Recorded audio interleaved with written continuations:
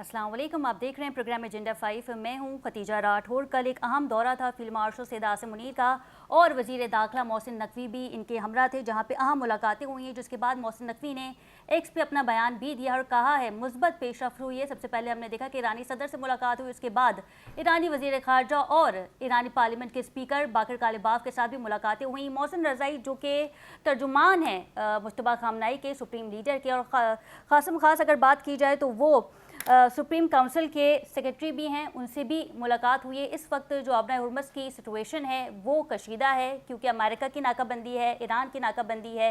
लेकिन साथ ही हमने ये भी देखा कि रॉयटर्स ने ये खबर दी है कि डोनाल्ड ट्रंप की टेलीफोनिक रब्ता हुआ था फील्ड मार्शल सैयद आसिम मुनीर से इस दौरे से पहले। मार्का हक के बाद हमने देखा है कि ईरान और अमेरिका के बाद जो दीगर ममालिक हैं उनका भी एतमाद पाकिस्तान पर ही है।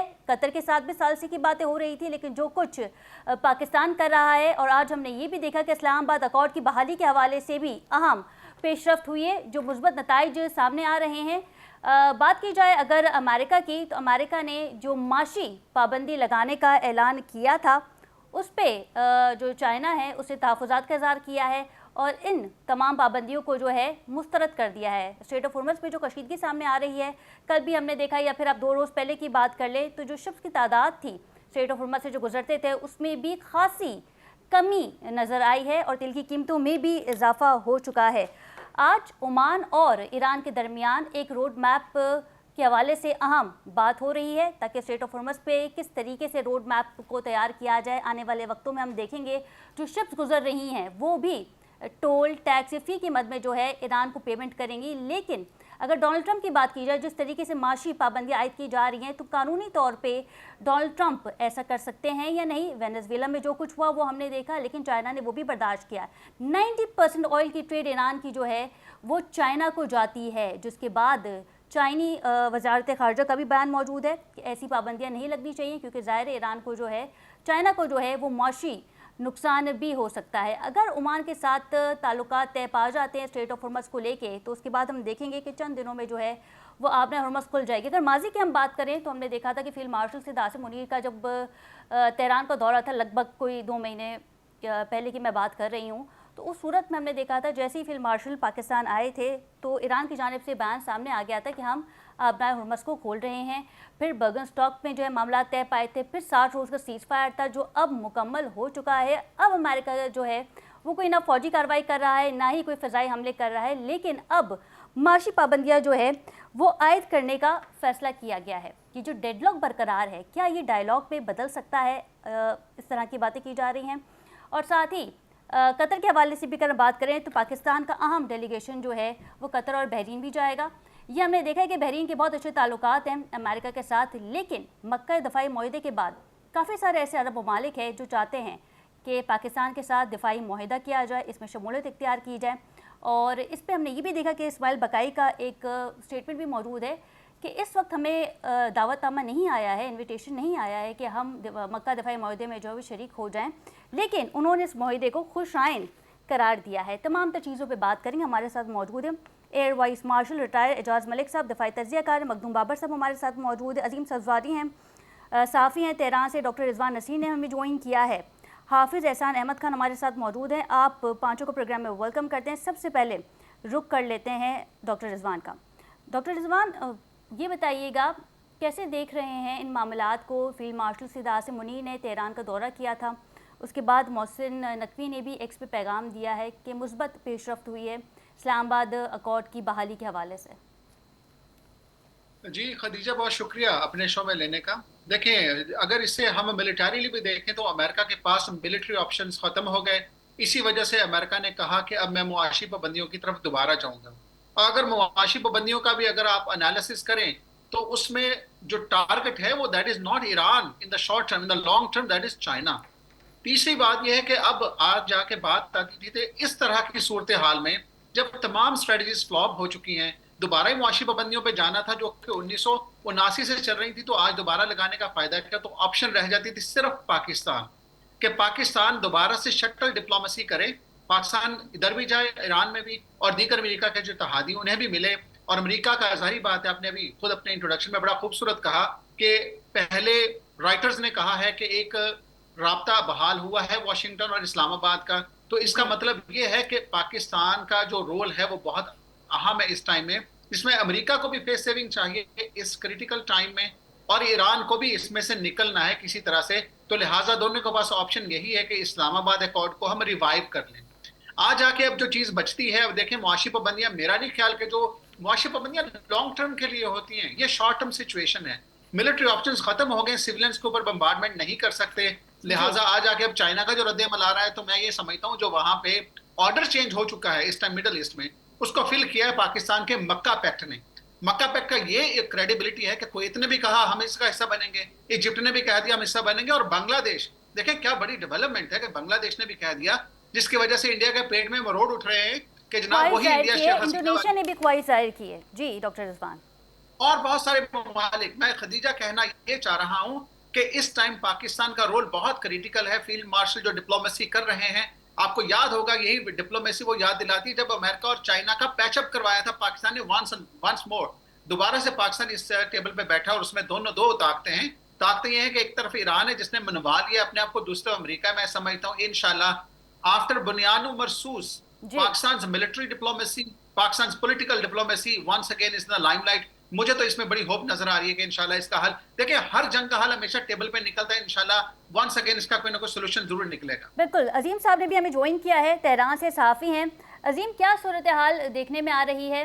डोनाल्ड ट्रंप का ये कहना है कि तेहरान पे, ईरान पे माशी पाबंदियाँ आयद की जाएंगी। चाइना आपके साथ खड़ा है, चाइना ने कहा ये काबिल कबूल नहीं किसी सूरत।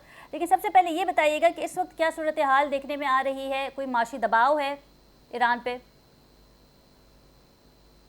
बहुत शुक्रिया खदीजा आपका। सबसे पहले तो आपकी खिदमत में और आपके नाजरीन की खिदमत में, और तमाम जो सीनियर पैनलिस्ट हजरात इस शो में आपके साथ शरीक हैं, उन सबको सलाम करता हूँ। जैसा कि डॉक्टर रिजवान साहब फरमा रहे थे, उन्होंने बिल्कुल सही फरमाया। मैं उनकी बात की 100% तायीद करूँगा कि अमेरिका के पास मिलिट्री ऑप्शंस जो हैं वो या ख़त्म हो गए हैं, या मेरी नज़र में तकरीबन अगर ख़त्म नहीं हुए तो महदूद हैं। यानी वो इतने महदूद हैं कि उनके लिए उसको इस्तेफादा करना जो है उसका कोई नतीजा वो समझते हैं कि नहीं निकलेगा। यानी उनकी अपनी असेसमेंट अमरीकियों की ये है कि अगर ईरान के खिलाफ मौजूदा सिचुएशन में वो कोई एक और मिलिट्री कार्रवाई करते हैं तो उसका नतीजा उनको सामने नहीं आएगा, वरना वो जो ये सैंक्शंस की बात है वो इसकी तरफ कभी भी नहीं जाते। जी रही बात सैंक्शंस की, जैसा कि डॉक्टर रिजवान साहब ने भी अपनी गुफ्तगू में इशारा किया कि पिछले 47 बरस से ईरान तो पाबंदियों का शिकार है। 1979 से, जब से ईरान में इस्लामी इनकलाब आया, उसके बाद से किसी न किसी सूरत में ईरान के खिलाफ जो है वो सैंक्शन रही हैं, और ईरान उसको बाईपास भी करता रहा है, और उसके पास बहुत सारे रास्ते अब भी मौजूद हैं, और उससे पहले भी मौजूद थे। ईरान उनको इस्तेफादा कर रहा। ठीक है, माशी तौर पर दबाव पड़ता है, इससे इनकार नहीं किया जा सकता, क्योंकि अगर फ्रीली हम ट्रेड कर रहे होते तो यकीनन उसके जो सूद और मुनाफा है वो कहीं ज्यादा होता, उसमें कई आसानियां होती। जी जाहिर है कि अमरीकी पाबंदी की वजह से यानी ये पाबंदियां जो अमेरिका की तरफ से लगाई जाने वाली जो पाबंदियां हैं, ये खुद अमेरिका नहीं लगा रहा। अमेरिका दूसरे मुल्कों से ये कहता है कि वो हमारी लगाई हुई पाबंदियों की पाबंदी करें। जी बसूरत दीगर अगर उन्होंने ये किया तो हम उनके खिलाफ भी जो है एक्शन लेगी। जैसा कि आज की जो अमेरिकी वजीर खजाना की जो तकरीर है, जी अगर आपने उस पर गौर किया तो उससे भी उनकी कमजोरी और आजिजी पूरी तरह से जाहिर होती है कि अमेरिका के पास अब कोई चारे कार नहीं बचा है। अच्छा अच्छा वो अजीम, ये सिर्फ जो आखिरी सिनेरियो ऑप्शन के अब तौर कल पर से अब जो डेवलप हुआ डॉलर है, की सुपरमेसी है उसको इस्तेमाल करना चाहते हैं। जी जी ये बताइएगा अजीम, ये जो सिनेरियो कल से डेवलप हुआ है, मोहसिन रज़ाई साहब की भी मुलाकात हुई है फील्ड मार्शल से आसिम मुनीर से, और मोहसिन नकवी साहब भी मौजूद थे। और क्योंकि मोहसिन रज़ाई साहब जो है वो काफ़ी करीबी समझे जाते हैं मुश्तबा खामनाई साहब के, तो क्या समझते हैं आप कि जो इस्लामाबाद अकॉर्ड की बहाली के हवाले से बात हो रही है, चंद दिनों में हम देखेंगे कि कोई मुस्बत पेशरफ हो सकती है इसमें? देखिए, इस्लामाबाद एकॉर्ड की बहाली के हवाले से ये पहला मौका नहीं है कि जब फील्ड मार्शल आसिम मुनीर साहब को तशरीफ लाए हैं। इससे पहले भी वो 2 दौरे कर चुके हैं। उससे पहले मोहसिन नकवी साहब कई मरतबा आ चुके हैं। इससे पहले कतर के जो हैं वो अहदेदार आ चुके हैं इस मामले पर बातचीत करने के लिए। और उससे पहले और अभी जो है वो ओमान के वजीर खारजा इस वक्त तेहरान में थे। अगर मेरे पास अगर दुरुस्त इत्तलात नहीं है कि वो इस वक्त हैं या चले गए, एक कवी इम्कान ये कि वो इस वक्त वापस मस्कत लौट गए होंगे। जी ये मुलाकातें जारी हैं, डिप्लोमेसी जारी है, सिफारतकारी जारी है, और सब आकर ये कहते हैं कि जी इस्लामाबाद अकॉर्ड पर वापस आया जाए, तो ईरान का मौक़िफ़ भी यही है कि इस्लामाबाद अकॉर्ड पर वापस आया जाए, मगर कौन वापस आए? जो वापस उसको आना है कि जिसने इसकी खिलाफ वर्जी की है, जिसने इससे पीछे जो इस मुआहदे से पीछे हटा है, वो अमेरिका है। सही। अमेरिका ने इस मुआहदे की कौन सी शिक है जिस पर अमल किया है कि जिस पर जो है वो हम कहा जाए, ईरान का सिर्फ एक ऑप्शन था जो ईरान को पूरा करना था, वो था आबनाए हुर्मुज खोलना। तो ईरान ने आबनाए हुर्मुज इस मुआहदे के ऐलान के फौरन बाद खोल दिया था, लेकिन अमेरिका ने इस मुआहदे नहीं, की फिर शिक उसके नंबर बाद कतर की 5 की शिप्स पे खिलाफ भी जो है वर्जी वो की हमला और हुआ है। अजीम ईरानियन। साहब, मैं आपकी तरफ आती हूँ। Air vice marshal retired Ejaz Malik साहब ने हमें ज्वाइन किया है, दफाई दर्जे कार है। बहुत शुक्रिया एजाज साहब आपके वक्त का। ये बताइएगा कि अहम मुलाकातें हुई हैं, अहम बैठक हुई है मशरिक़ वस्ती के हवाले से। आप समझते हैं कि अमेरिका की जो फौजी कार्रवाई थी या जो फ़िज़ाई हमले थे उससे अमेरिका को कुछ हाथ नहीं आया, तो अब अमेरिका ने ईरान पे माशी पाबंदी आयद करने का फैसला किया है? जी डेफिनेटली ये जो लेटेस्ट मूव है, इसका मतलब ये है कि बाकी तमाम ऑप्शंस जो अवेलेबल थी उनको इस्तेमाल करने के बाद अब वो लिमिटेड ऑप्शंस पे आ गए हैं, और ये उनकी फ्रस्ट्रेशन जाहिर करता है अमेरिकन एडमिनिस्ट्रेशन की कि वो अपनी तमाम तक मिलिट्री माइट के बावजूद वो अपनी मर्जी के या मतलूबा नताइज हासिल नहीं कर सकते। लेकिन मैं जाती तौर पे ये समझता हूँ कि ये कोई अच्छी सूरत हाल नहीं है। इस ऑप्शन को एक्सरसाइज करने से अब ईरान को इतना फर्क नहीं पड़ेगा, क्योंकि इसका मतलब ये होगा प्रैक्टिकली कि हम उसी सूरत हाल में वापस चले जाएंगे इकोनॉमिक एतबार से जो फरवरी से पहले थी, जंग के आगाज से पहले थी। तो ईरान तो पिछले 47 सालों से ही पाबंदियों का शिकार है। जो प्राइमरी सैंक्शंस थी, सेकेंडरी सैंक्शन थी, अब ये टारगेटेड सैंक्शंस होंगी। लेकिन इसका इम्पैक्ट दूसरे मुल्कों पे ज्यादा आएगा। बिल्कुल। अगरचे ईरान के लिए भी जो हम सोच रहे थे और ईरान के एक खैर खा मुल्क के तौर पे हम ये समझते थे कि ये अच्छी अपॉर्चुनिटी होगी कि अगर अल्हम्दुलिल्लाह कि अगर ईरान के ये MOU हुआ है वो उस पे उसी तरह से उसकी पासदारी रखी जाए तो बड़ा अच्छा हो सकता है ईरानियन इकोनॉमी के लिए, ईरानियन पब्लिक के लिए। अनफॉर्चुनेटली सूरत हाल कुछ ऐसा पैदा हुई कि ईरानियन साइड से भी हार्ड लाइनर्स ने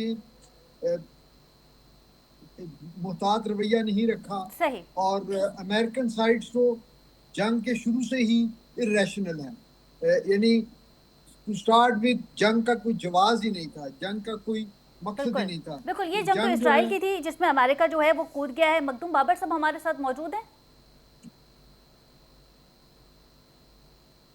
मखदूम साहब, आपको मेरी आवाज़ आ रही है? जी मखदूम साहब, आपको मेरी आवाज़ आ रही है? आप मुझे सुन पा रहे हैं सर?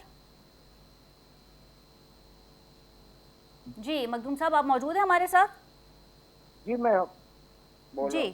जी मखदूम साहब, सवाल पहले तो ये बनता है कि चाइना ने जो है ईरान पे जो पाबंदी लगाई गई है उसको मुस्तरद कर दिया है, और चाइना की सबसे ज़्यादा जो ट्रेड होती है वो ईरान के साथ होती है। माजी में भी हमने देखा था कि अमेरिका के कोई बेहतर ताल्लुकात नहीं थे। फिर 2 माह पहले हमने देखा कि डोनाल्ड ट्रंप ने जो है वो चाइना का विज़िट भी किया, और अब ये भी बताई कुछ डेट भी सामने आई है जिसमें चीनी सदर जो हैं वो भी अमेरिका का दौरा करेंगे। आपको ऐसा लगता है कि ये जो पॉलिसी बनाई गई है अमेरिका की जानिब से, इस पे चाइना का शदीद रद्द-ए-अमल आ सकता है?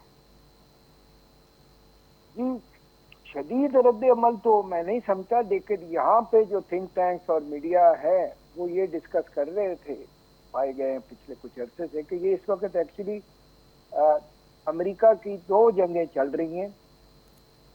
एक जो है चाइना के साथ ट्रेड वार है, और दूसरी ये जो ईरान के साथ है। और ईरान का भी यहाँ बहुत से लोगों का मानना ये है कि एक कलीदी मकसद, चूंकि चीन बहुत ज़्यादा पेट्रोलियम प्रोडक्ट इंपोर्ट करता है ईरान से, जी तो वो भी वेनेजुएला के बाद ईरान को अपने कंट्रोल में लेना था, ताकि चीन के साथ ट्रेड वार को जीतने में एक और आगे उनके पास आ सके। लेकिन चीन ने हमेशा से बड़ी जब से ये जंग हुई है, उससे पहले भी खैर ईरान को सपोर्ट किया, लेकिन जंग के बाद से